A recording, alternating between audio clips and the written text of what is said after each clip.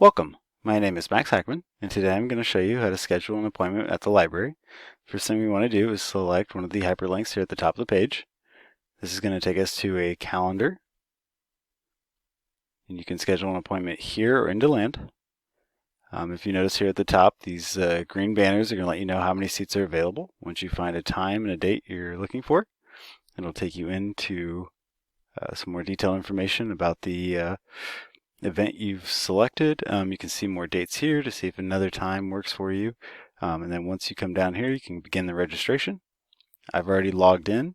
If you have any trouble with that, please reach out to us through chat or email. And once you scroll down again, you can give us the reason for your visit. You can select more than one of these.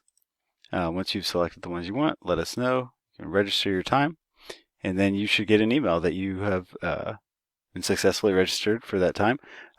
Once you get into the library, there'll be a person waiting at the front door there. Let them know that you have an appointment, and they will be happy to assist you and get you where you need to go. Thank you.